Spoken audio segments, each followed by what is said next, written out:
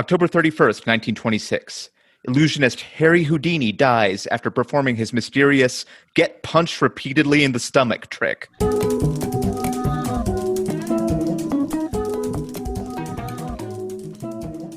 Ooh, welcome to the Revisionists. Blah. I'm Brian Flynn. I'm Zach, Fear Boy, Coward, Terror. No, I've seen you on fearboy.net. Scary season person. Listen, it's Halloween Day. It's 3 days before the election of, the thing we've been fearing for the past 4 years.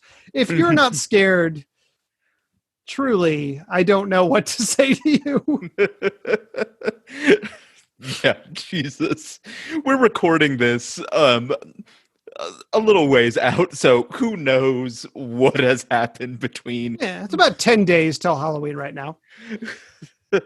we're to affix you in time. Rudy Giuliani just got caught with a 15-year-old pretending to be Borat's daughter while he masturbated in his own pants. So that's where we are in history. When I listen to this when I'm 40, I hope this sounds ridiculous. I hope this doesn't sound normal. I hope it sounds like, holy shit, this happened.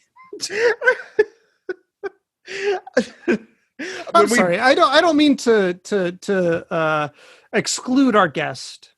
No. Welcome back to the show.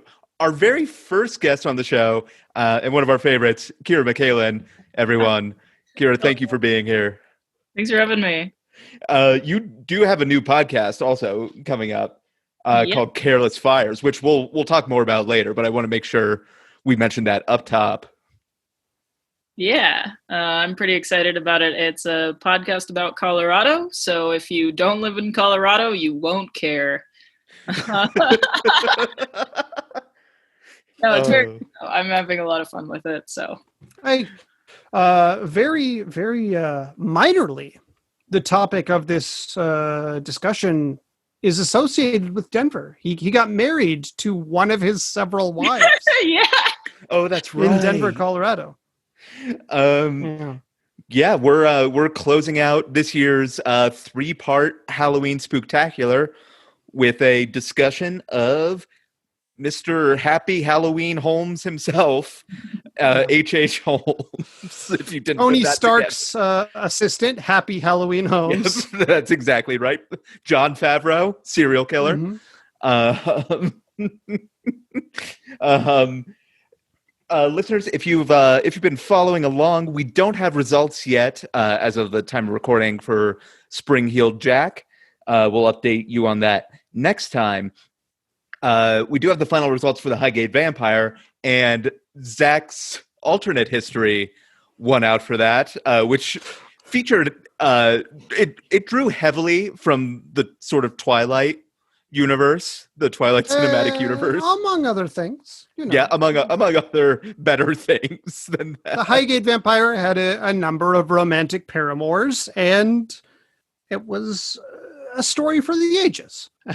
We also fucked up a little bit because I'm doing the alternate again, and I'm pretty sure I haven't done an alternate since then. But that's fine. Oh, God, I'm sorry. No, I'm not trying to do call-out culture. Brian is not canceled for making me do the alternate twice in a row. I also didn't realize until today that I was like, didn't I do the last alternate? But, yeah. Sorry. Yeah, my brain is bad. Hopefully I have a real Halloween treat for our listeners. Yeah, well, if that doesn't give it away, Kira is going to be doing the true story. And Zach's, I trust the story of H.H. Holmes in Zach's capable hands also, which makes it sound like I was saying Zach's a serial killer. He is not. I can reasonably testify to that. But I want to be clear. Yeah. I probably could. Like logistically or like morally?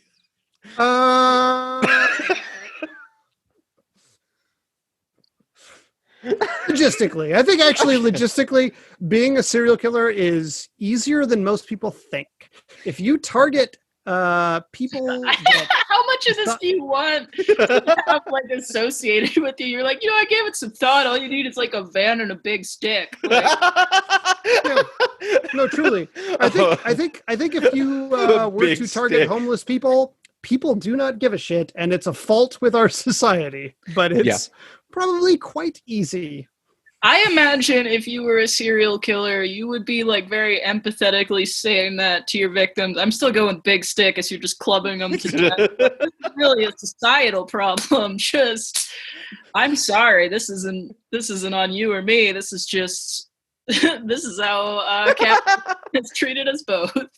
Yeah. My God, the Teddy Roosevelt it's a killers. Representation. Yeah. It's like Sumner, like the Sumner caning as a political cartoon, being like, this is a moment in history where society has failed everyone involved.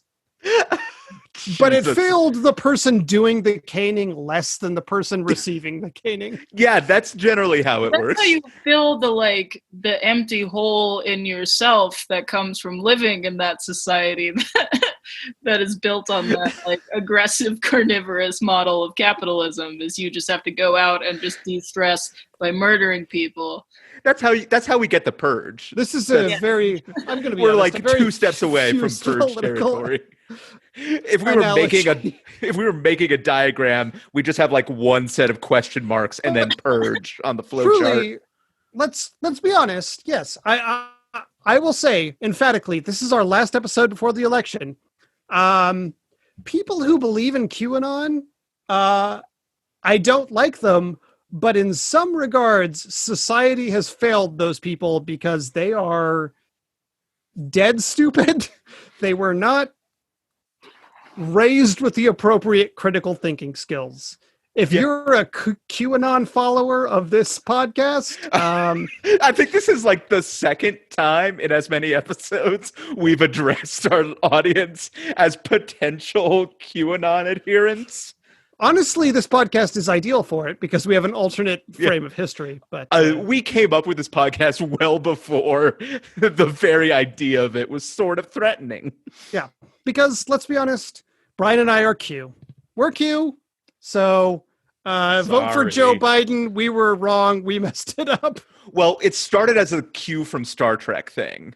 I think that was the... I was thinking Q from James Bond. Brian was thinking Q from Star Trek. And it turned into... We both got hired by Donald Trump. Anyway. Kira, you're doing the actual history. I am. I'm going to tell you guys about Herman Webster Mudgett. Wait, was that his real fucking name? That's his real name. Yeah, that was his birth name. Yeah, H.H. Holmes was born Herman Webster Mudgett. And that's the kind of name I think you're born with that you're like, I'm going to make history. Somehow. I'm going to make history somehow. I probably not going to go by that when I do. So Herman Webster Mudgett, I love that so much. I'm going to get 3 dogs and name them Herman Webster Mudgett. I love it so much.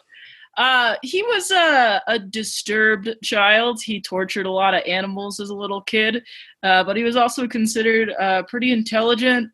I was thinking about that, though. I was considered pretty intelligent as a kid, and I think that's something adults tell you when you're little, when you're kind of an asshole. I'm gonna give H.H. Holmes a little credit. I think as serial killers go, he's not stupid. He's okay at what he does. So he puts maybe too much thought into his serial killing, honestly. And he's torturing animals, and he goes to medical school. One of the ways that he kind of makes his way through medical school is stealing corpses and then filing false insurance claims. Like he would pull them out of the morgue and then bang them up and be like, this one died in a fire. And, bang them up. And selling them off. Sorry, I'm going back to the big stick now, which I mentioned it again, so I can't cut it out. I drew some inspiration, and we're not saying that's acted too, but if you're gonna. He's also like, he gets a lot of his money for medical school from his first wife, who, he has several wives, sometimes simultaneously over the course of his life. I'll be honest, like, I lost track of a lot of the I know I'm supposed to tell the like real history, but it was very tough. It's like he has an assortment of wives, like a playing card deck full of wives. He gets with a lot of ladies at different points. Which, I mean, you see that mustache. How could you not? I don't know. The man can wear a hat. Good. Tight bowler. One of the things I read said he may have experimented with the bodies in college, which, I mean, we all experimented in college, but I don't know exactly what they meant by experimenting. I love that they're just like, he, used that seems vague. Money. I'm so glad they did not specify for once. Yeah. Just, I don't know, making out with, you know what? I'm just going to leave that to what it is. I'm sure. Now, if you fill the body with baking soda and pour in a little vinegar, you get a volcano. He's definitely like not fully unfamiliar with how to dispose of, like, he later sells bodies as medical skeletons or sells individual organs or things like that. Like, he knows how to deal with a body that you have on your hands. That's very true. Knowledge that serves him well the entirety of his murder career. Yes. That's what it says on his LinkedIn. Yeah, he's a career killer. I mean, kind of, because he does make his living like defrauding people and murdering, and it's very like middle of the Venn diagram. He likes to do those two things a lot. Also the seducing women, but I honestly think that's secondary. I think it is too. Yeah, it's mostly like if I seduce these women, I can use them in my fraud after I kill them. Like it's very much his thing. I honestly think that he's very unique among serial killers in a specific way, which is most serial killers you hear about are one of two types. There's either the sexual serial killers who are all about like, horrible sex crimes. They're the most difficult to talk about, your Dahmers, your Bundys. And then there's like the ones who just kill for pure sadism. H.H. Holmes, he always had an eye on that dollar sign, baby. He was killing for money. And not as a hitman, just like, I'm going to take out some life insurance policies. I'm going to make a hotel. I'm going to steal a business. He was always a money serial killer, and those are very rare. Very entrepreneurial. Very good capitalist in that society. Anyway, so around 1885, 86, kind of depending on what source you're looking at, Holmes moves to Chicago, where he starts working in a pharmacy. And that's where he changes his name to Henry H. Holmes. He's like, I'm done with the mudge. I want to be H.H. Holmes. It sounds cooler. It's going to look good on the gravestone. I am H.H. Holmes. So he takes over that pharmacy eventually. It is rumored that he killed the original owner, which... Sure. Probably. Yeah, she was a very elderly woman who disappeared under mysterious circumstances shortly after he started working there. And it seems probable that he stole the business from her and created an excuse for why she wasn't around anymore. Yeah, it's almost like the only thing about it that doesn't really match with like the rest of his like MO is that she didn't necessarily have like a policy taken out that he frauded. He just took her business. Yeah. But it's very small degrees of separation there. Anyway, so he's working at a pharmacist, and he kind of continuing the theme here starts killing people so he can steal their property. He's just like a one-man colonialism just business. He loves taking life insurance policies out on people, and then those people tend to not be alive very much longer. Yeah, all of his employees had to have life insurance policies taken out. It was like a requisite for working for him. And then he'd be like, "You got your life insurance? Let me introduce you to my murder castle." Invite you for. I don't think he told them that when he invited him over. Shit! Did I say the murder castle part? I meant muffin castle. Yeah, which so he builds this murder castle as it's known now, probably less so then. Yeah, then it was just called Best Western.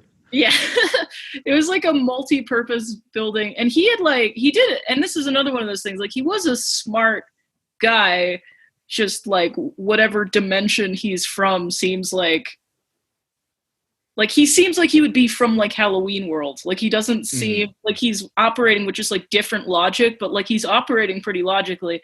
Like, he hires different contractors to build this castle so that they're not like questioning. It's like, why am I building a staircase that doesn't go anywhere? Why are there all these rooms that don't have windows? And if any like particular construction team asked too many questions, he would just fire them all. And I would imagine kill a couple of them, but you know.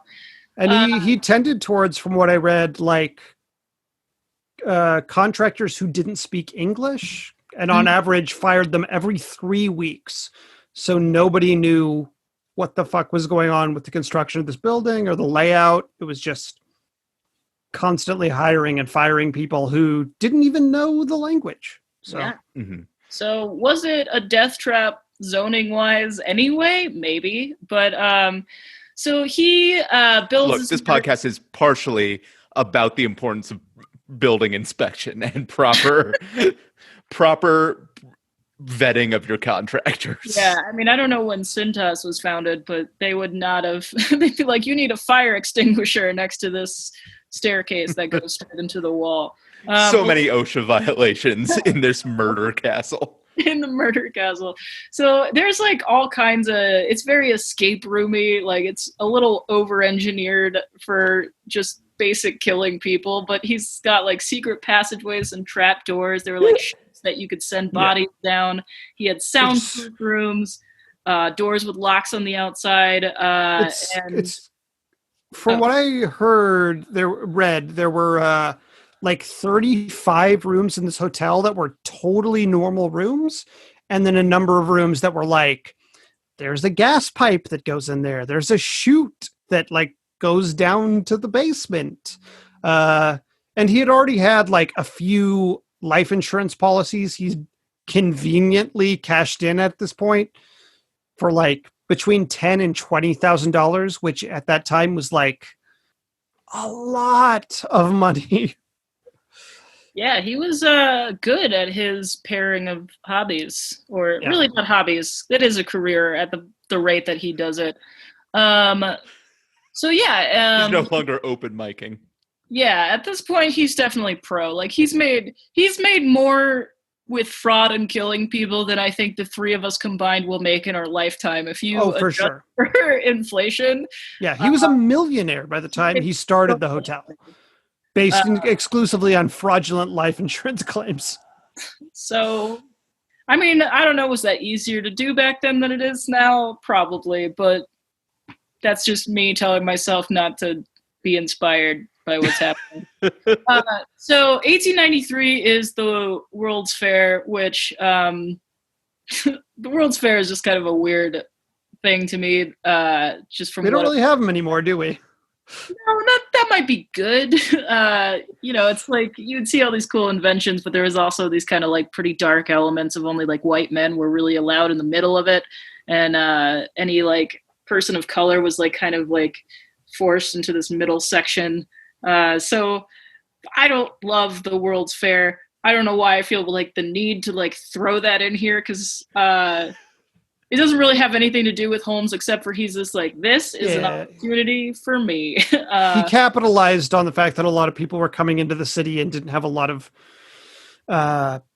people weren't aware of where exactly they were staying or where they were going because it was like the 1800s. Mm-hmm. And also Devil in the White City, a famous book,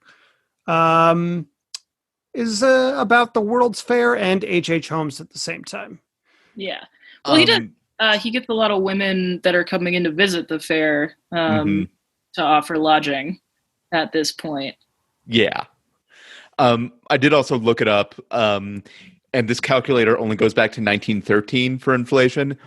But even then, $20,000 equates to over $500,000 in today's money. So he was quite wealthy. Yeah, genuinely quite wealthy off of life insurance schemes. Yeah. It hurts. Even that woman who disappeared, who owned the pharmacy, he had a life insurance plan on her. Did he? I didn't read that. Yeah, he did. I think as we discussed in the Belle Gunnis episode, who had a similar MO, it was much easier to take out life insurance on people before they realize, oh, they're just getting murdered. Yeah. And he told everybody she moved to California and didn't come back, but no one ever saw her again. So there was a farm. He's like, she's on a farm in California. So he, and again, like you were saying, he sells a lot of these corpses to medical schools. So he's really just dipping his hands in all those money pots he can at this point. He is arrested in 1893 for insurance fraud after there was a fire that I think was at his home, which I had thought was the murder castle, but no one, I think... he had dozens, if not hundreds, of properties that he moved between. Well, I guess it makes sense because he stole all that, all that land. Yeah. So he's really arrested for fraud. When he's released, he concocts some kind of insurance fraud scheme around with his buddy. I feel like I'm going to mispronounce his last name, but I think it's Ben Peitzel or Peitzel. Yeah, I think it's Peitzel. I think. Okay. And they decide to fake Peitzel's death. So kind of similar to what we heard before, Peitzel purchases a life insurance policy, and then they skip out with the money. They go on like a little road trip across the U.S. and just go places mentioned were like Colorado, New York, Missouri, Tennessee, Pennsylvania, Texas. I don't know what order these are in, to be fair. And then they just commit fraud along the way. And also probably, like we were saying, Mudgett Holmes marries a bunch of people off and on during this trip. Yeah. Several of his wives die. A few of them don't. He's often married to multiple people at the same time. Yeah. So I don't even know we don't even know what Holmes's total body count is. And I legitimately couldn't tell you what his like marriage body count is. Yeah. I don't know if we usually call it a body count in that context. I mean, till death do you part seems like his thing. Fair. It seems like it was part of his planning. Anyway, so eventually he is arrested for fraud and jailed in St. Louis, where he meets a guy named Marion Hedgepeth, who I like to think was a hedgehog with a monocle, but also career criminal. So he tries, the two of them start scheming together. I think around the same, this was a little bit harder for me to find like a concrete story, but it has to do with the same scheme that they had for Peitzel. Peitzel has kind of taken off at this point because Holmes was arrested, and he goes back to Philadelphia and starts swindling investors with a fake patent office. So Holmes is like, all right, I don't like that you are, I don't know what his reasons was, but Holmes goes to Philadelphia, kills Peitzel, convinces his widow that, and his widow had kind of known that he was up to some shit, so he convinces her that her husband is still alive and gives her some of the money. From what I've read about the Peitzel case is they were faking a death, and he was going to give Peitzel a tonic of some kind that was supposed to make him appear dead, but instead of doing that, he literally knocked him out and burned him alive and actually killed him. And then Okay. came to his widow and was like, I'm going to give you some of the life insurance money, but actually, I don't know. Are you good with money? Maybe I could invest this for you. So he took the money himself and then killed the widow and sent their 2 kids to boarding school for a year to look like an upstanding citizen. 2 of Those them 2 kids did still- not come to a good end either. Just a spoiler alert. Yeah, the Peitzels had 5 kids, and 3 of them Holmes murdered. I don't know a ton about that story, but like that kind of goes into insurance investigators finding about the fraud by Hedgepeth and then later by Mudgett, and they are arrested in Boston. And then this would be 1894. He's tried in Philadelphia for the murder of Peitzel and is sentenced to death by hanging. Yeah. So Holmes confesses to initially 27 murders, and then he's just like, I think it might be 130, although somewhere in there. Some researchers were like, possibly over 200. No one is really sure of the number of people that he killed. Yeah. And honestly, I'm not even sure if Holmes would have known. I don't Probably think not. He doesn't seem like particularly obsessed with the numbers in a way a lot of serial killers are. Or like keeping trophies or anything like that. He did. There was a weird trophy thing that was found. Really? Yes. There was a twine ball of human hair with a couple strands from different people that was found in his murder hotel, I believe. But the exact number of victims was unclear because God knows how many people he killed. He mostly did it for the money. I don't think it was personal. I don't think it was about sexual gratification. He just took money from different people and didn't care about slaughtering them for it. Mm-hmm. There's some quote from him floating out about there that it's something like, I was born with the devil in me and I kill the same way that a poet draws inspiration to write. That's what I do. He's unique because most serial killers have like a specific type that they target, like Zodiac targeted couples or Dahmer targeted young men or Bundy young women. He didn't give a shit. He just killed whoever. Like even those kids we talked about earlier, this is probably the most ghastly of his crimes, but he was their caretaker and played hide and seek with them and had rigged. This is emblematic of how his murder hotel worked because there were gas lines and chutes and all these different things, windowless rooms and mazes. With these kids, he rigged a chest that had a gas line going into it and played hide and seek with them. And the kids hid in that chest while he pumped gas in and killed them. So he's not a good person. In case you were on the fence about H.H. Holmes. Yeah, in case you were like, I could forgive all the fraud and some of the murders. If you're an undecided voter this year, you may have been on the fence about H.H. Holmes. Yeah.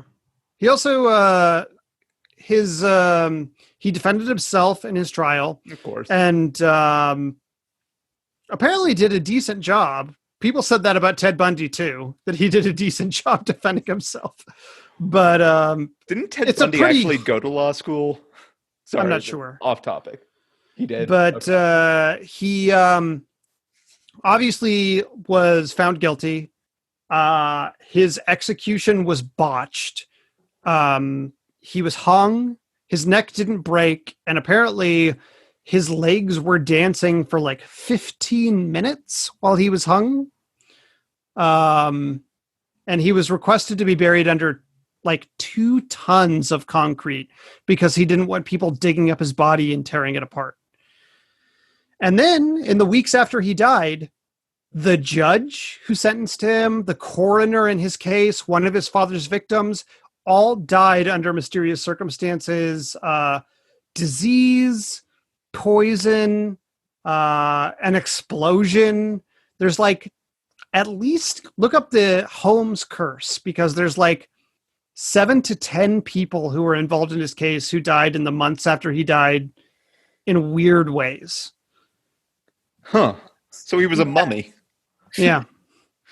Some people say, and then also the hotel burned down. Yeah. They were going to turn it into kind of a, I'm not exactly sure what, like kind of a historic, like an oddity attraction is kind of the words I'm trying to look for, because they were like tourist trap kind of. Yeah, but you would get out of literally a little bit. Yeah, they'd be like, "Isn't it spooky? But at least you aren't dead. But also, That's the weakest out of a haunted house like trip ever. Spooky, you're not dead. Gift shops that way. Before, so be glad that you're here now that we're owned by Disney. But yeah, they couldn't do it. It's fucking Epcot serial killer. Yeah, and that was very interesting to me that it burnt down like pretty much in that time. He also did sell his life story, which is not something I thought. Maybe that law came later, that you can't sell your life story. I think that came much later, actually. I think that's fairly recent, I want to say. I guess this guy was all about the Benjamins. Yeah. So. Yeah, Jesus. I don't know.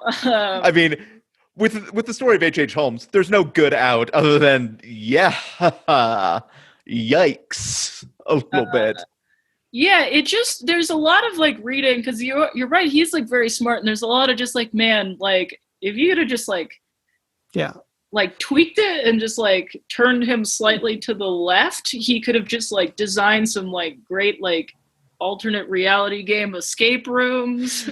yeah like this murder hotel is truly like, the way he designed it and did all that is like crazy. It seems like a work of fiction. It seems like that would be a story by Edgar Allan Poe about some guy who made this bizarre hotel that had certain rooms that were death rooms and chutes and gas pipes, but he did it. Yeah.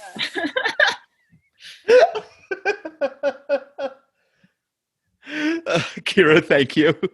Yeah. Zach, whenever you're ready with the alternate. So the thing about H.H. Holmes is he was, more so than almost any other serial killer I can think of, as much a serial killer as he was a con man. It's very rare, Zodiac or Son of Sam or Jeffrey Dahmer or Ted Bundy.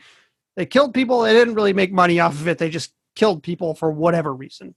H.H. Holmes. Yeah, real, like, salt of the earth. Yeah. Faked his own death, took out life insurance policies on people. Like, always it was about making money, which is super rare for a serial killer. Mm-hmm. Some people will say that he moved to Chicago late in his life, but that's not true. He was a Chicago staple from day one. Mm-hmm. And his early behavior indicated a penchant for cons and traps. It initially started very innocently. He was left alone in his Chicago home one year. Oh, God fucking damn it. Sorry, I'll edit that out. And some robbers attempted to get in, and he set up a murder house for them. And they were, over the course of that Christmas Eve, tortured and killed.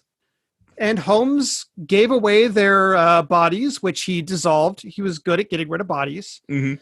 He gave it away to their neighbor, Albert Fish, who used used the salt from the bodies to salt the sidewalks, as you do.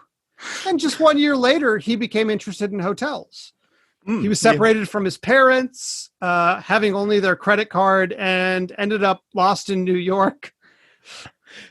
To coin a phrase. Yeah, and got a hotel room at the nicest hotel in New York. Also, I was spending a lot of time thinking about the Wet Bandits the other day, and just what what do they do when they're not like harassing Macaulay Culkin?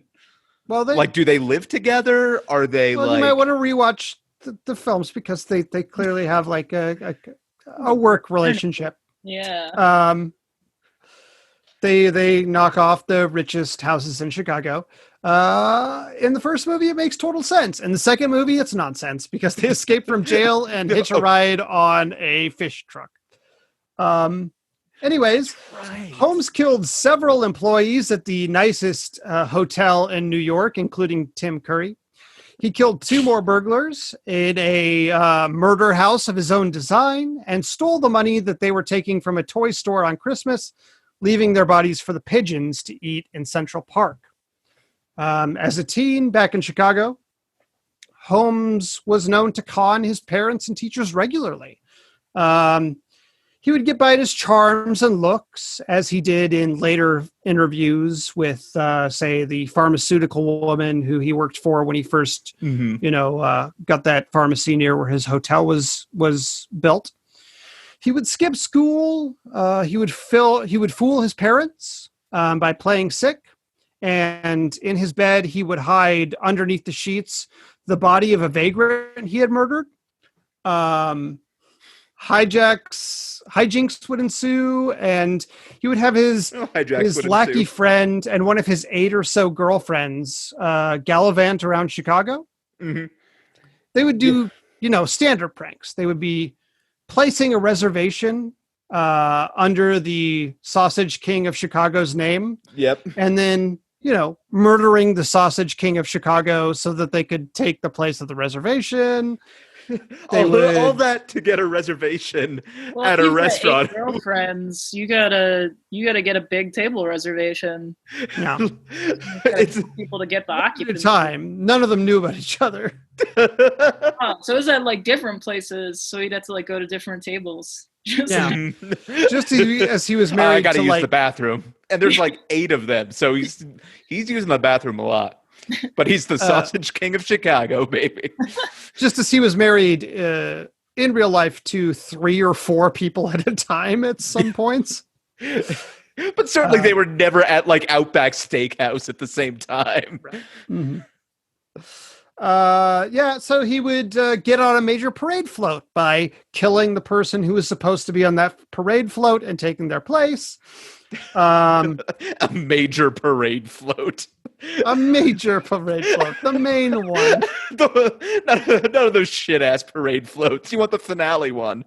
Oh, I was thinking of like a minor parade where it's just like you have the parade, but you also have like the 12th of August parade. Yeah. This was I don't know, Kashmir, Pulaski, whatever. There's a real Chicago holiday. I've lived here for 4 years. There's some fucking Greek-ass guy named like Kashmir Pulaski or something who there's like a big parade for, and that's what Ferris Bueller's Day Off is about. I don't know who it is. I don't know why he has a big parade. That's not what Ferris Bueller's Day Off is about. It takes place on that day. That's what the parade is for. And it's only in Chicago, and I still don't know who the fuck this guy is, but I guess it's a big deal here. There's a lot of Eastern Europeans who give a shit about some dude. You're going to get so many angry comments in Polish because of you shitting on this parade. You're going to find out. Sufjan Stevens has a song with the name of this guy in it on his Illinois album. Now it seems like you have to not know. Like you're going to have to protect yourself from finding out because people are going to want to educate you because they're going to be mad that you don't know. I know enough to be happy. No, thank you. Don't need more information. He just seems like some random guy. Like the Eastern Europeans here are like, they're the Columbus Day types where it's like, Columbus is good, right? Not really. Yeah. But okay, have your day. Regardless, he went on the parade float and escaped punishment from his principal, who he murdered, which don't feel too bad about that because that guy was a pedophile.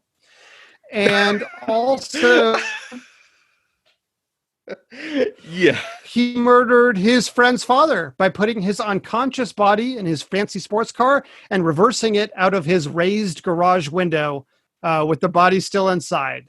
And he took out insurance policies on both the father and the car to get the maximum amount of money. Clever. Of course, ultimately, Holmes did run into the law. After his murder castle stuff during the Chicago's World Fair, he was caught, and he became an overnight sensation in the papers because of his multiple affairs and his multiple murders. Due to an odd prison housing situation, he was put in a women's prison and housed in Murderess's Row with a number of, other people who had killed their spouses, including Velma, a vaudeville star. Mm-hmm. He hired Richard Gere to clear his name. not a lawyer, just Richard Gere. Just Richard Gere. And he played the press like a fiddle. And after a number of show-stopping numbers like Razzle Dazzle Murder Castle, and God fucking damn it. We both reached for the lever that filled the room with gas and dumped the body down a hidden chute. Holmes got off, and he turned his story into a popular vaudeville show co-starring Velma, but was eventually arrested again for one of the dozens of other murders he committed.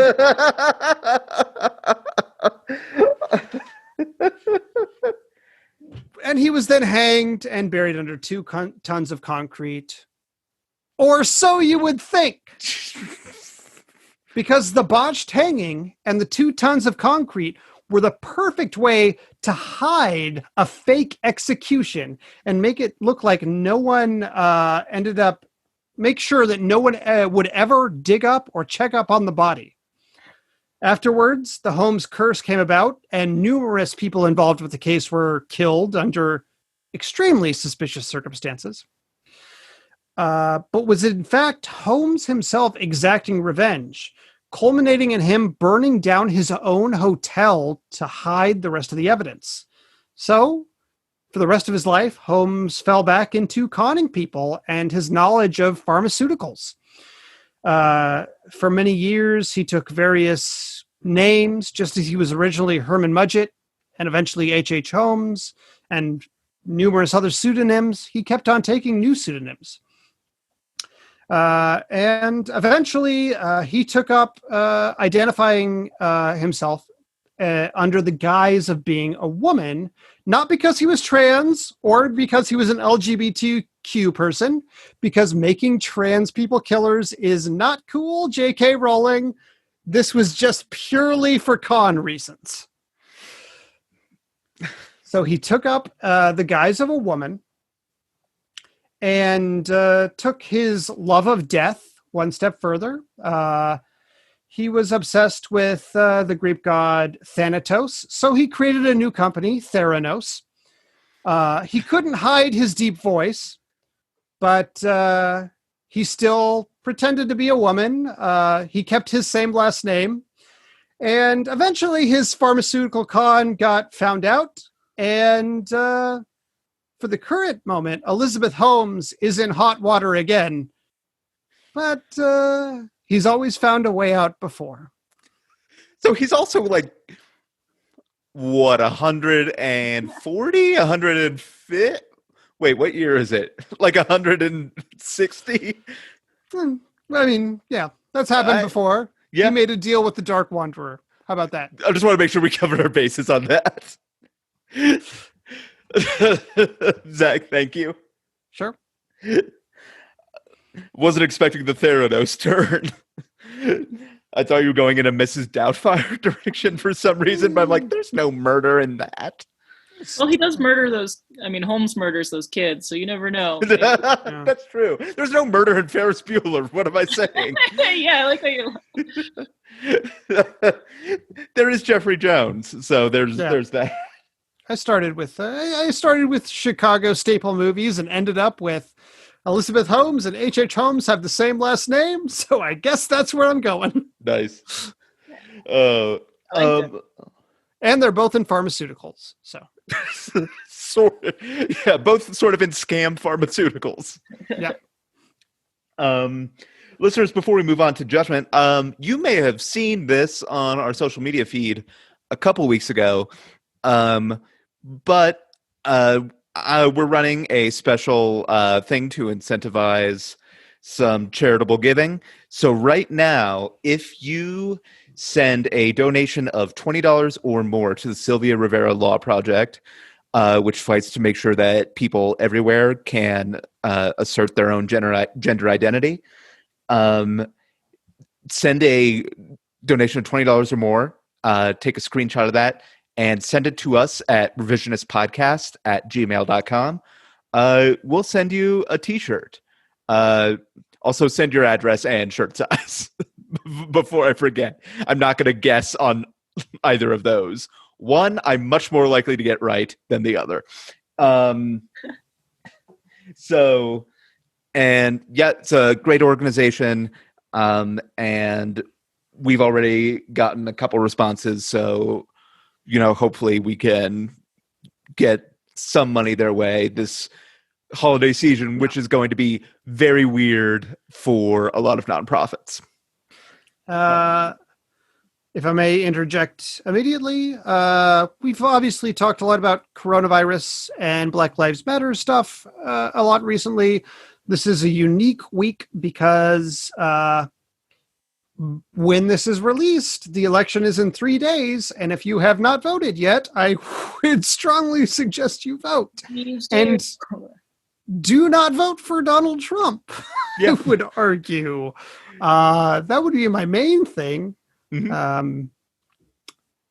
I would argue that the best, most positive influence would be to vote for Joe Biden. But if you can't bring yourself to vote for Joe Biden, at least do not vote for Donald Trump. Yeah. And there's, wherever you're listening to this, there's down ballot races that also matter. Exactly. Like they make an outsized difference in the lives of the people around you. In Colorado, in particular, there's a shitload of ballot measures this year. It's a 6-page ballot. Like I was thinking about putting together like a voter guide for my blog, and I'm just like, nope, I'm gonna leave this in someone else's hands. There are a lot of really good ballot guides out there. That being said, Find a website with a ballot guide that has like a good history, something like Injustice Watch or something like that.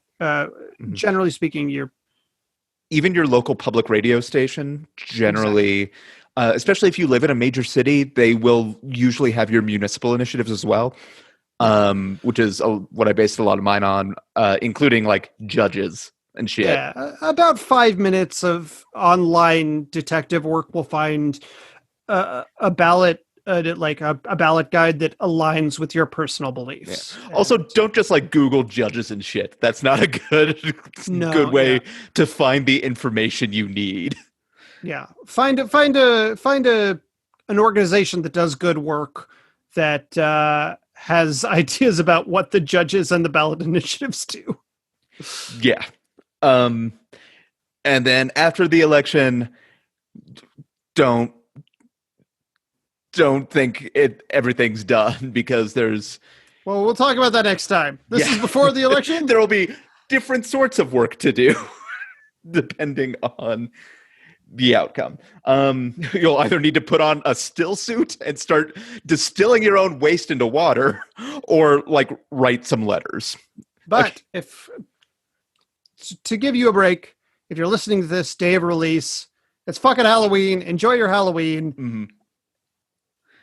Have your drinks. I know you're in quarantine. Fucking have fun on Halloween. Watch a horror movie. It's Saturday. Break into a Twix. Anyway.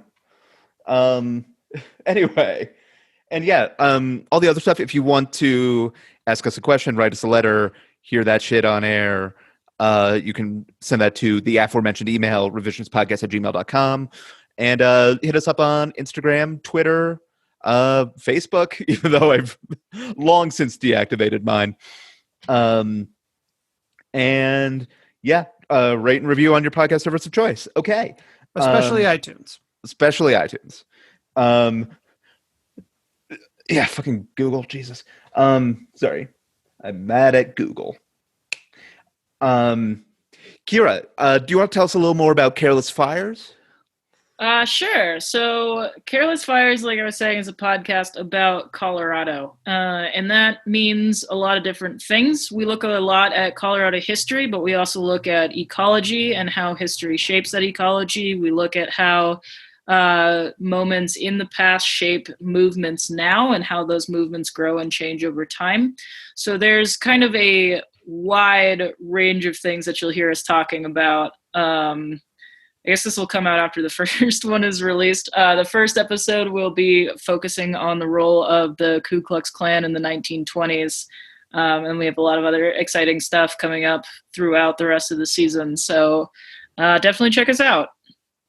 Yeah, so you can also find me on The Movie Trap, which is a podcast I do with former guest Chris Boriff and Russell Carlson. It's a film review podcast, more or less, where we sort of challenge each other to watch certain films, and at the end of a 3-person segment, vote on who is the winner of that particular round, and then pick a new theme chosen by the winner of that round. And, you know, we force each other to watch either good or bad movies. And that's basically the premise. If you enjoy this, you might enjoy that. You had a good Halloween lineup this month. Yeah, we did 70s horror movies, and these are all available now. We did Phantasm, Don't Look Now, and The Wicker Man. Which was, nice. Yeah. Which Wicker Man? The 73. Okay, that's a good one.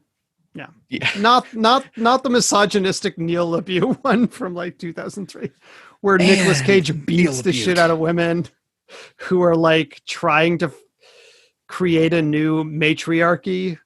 Neil LaBute sucks. If you don't know about playwrights, Neil LaBute kind of sucks. Yeah.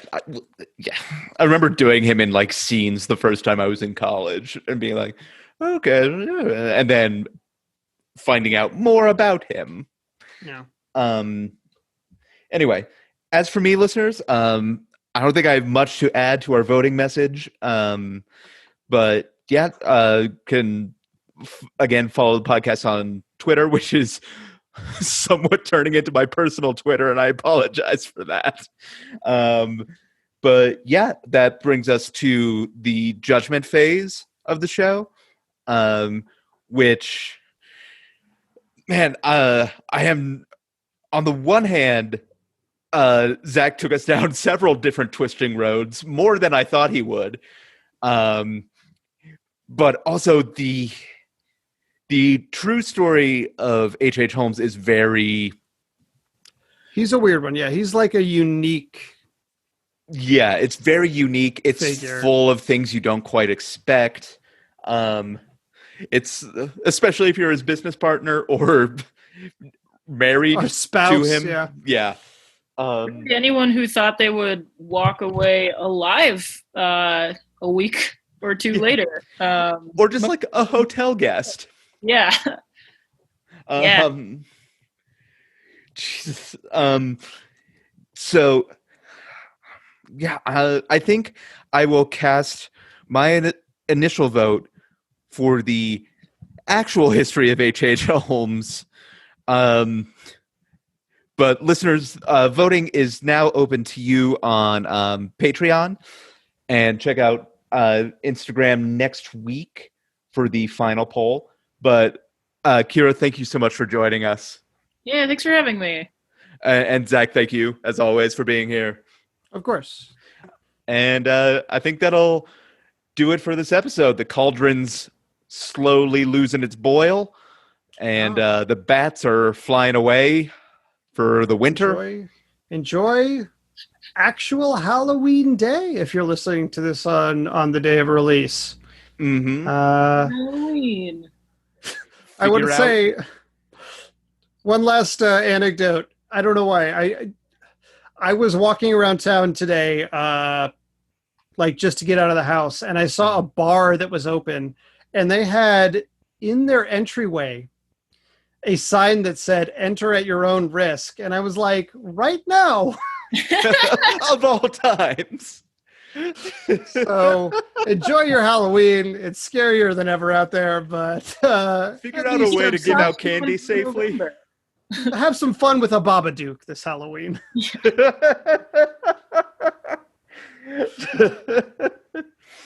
Yeah. Happy Halloween. Stay safe. Vote. Please vote. Just Yeah, definitely do that. vote. Have a good time. Please vote.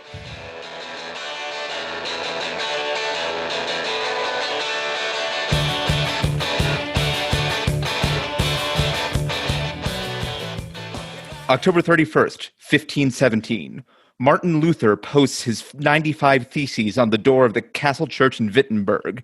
To get his 96th thesis, you have to sign up for his email list. Did you say the right date? Did you say 1517? I thought I did. Okay. I'm not. I thought you said. All right. I'll take it again. I may have said 1715. October 31st, 1517. Martin Luther posts his 95 theses on the door of the Castle Church in Wittenberg, totally free of charge. October 31st, 1864. Nevada is admitted as the 36th U.S. state. Unfortunately, they put all their money on 37. Better luck next time. Gotta play to win. Okay. Right. All of mine are of a theme. October 31st, 1517. Martin Luther posts his 95 theses on the door of Castle Church in Wittenberg. Reportedly, the first two theses were "Smell my feet" and "Give me something good to eat." October 31st, 1922, October 31st, 1922, Benito Mussolini is made Prime Minister of Italy. Historians tend to think of this as a mistake, but generally concede that the rise of fascism is, in fact, pretty spoopy. October 31st, 1941. After 14 years of work, Mount Rushmore is completed. After realizing somehow no one had died during the construction, the workers agree to kill Lazy Johnny in the spirit of the season. And last one. October 31st, 1961. In the Soviet Union, Joseph Stalin's body is removed from Lenin's mausoleum. Mausoleum is a difficult word. October 31st, 1961. In the Soviet Union, Joseph Stalin's body is removed from Lenin's mausoleum. This becomes a Halloween tradition, with Stalin's body shoved in front of the building every year, holding a novelty sign proclaiming, "I told you I was sick." I didn't know where you're going to go with that one.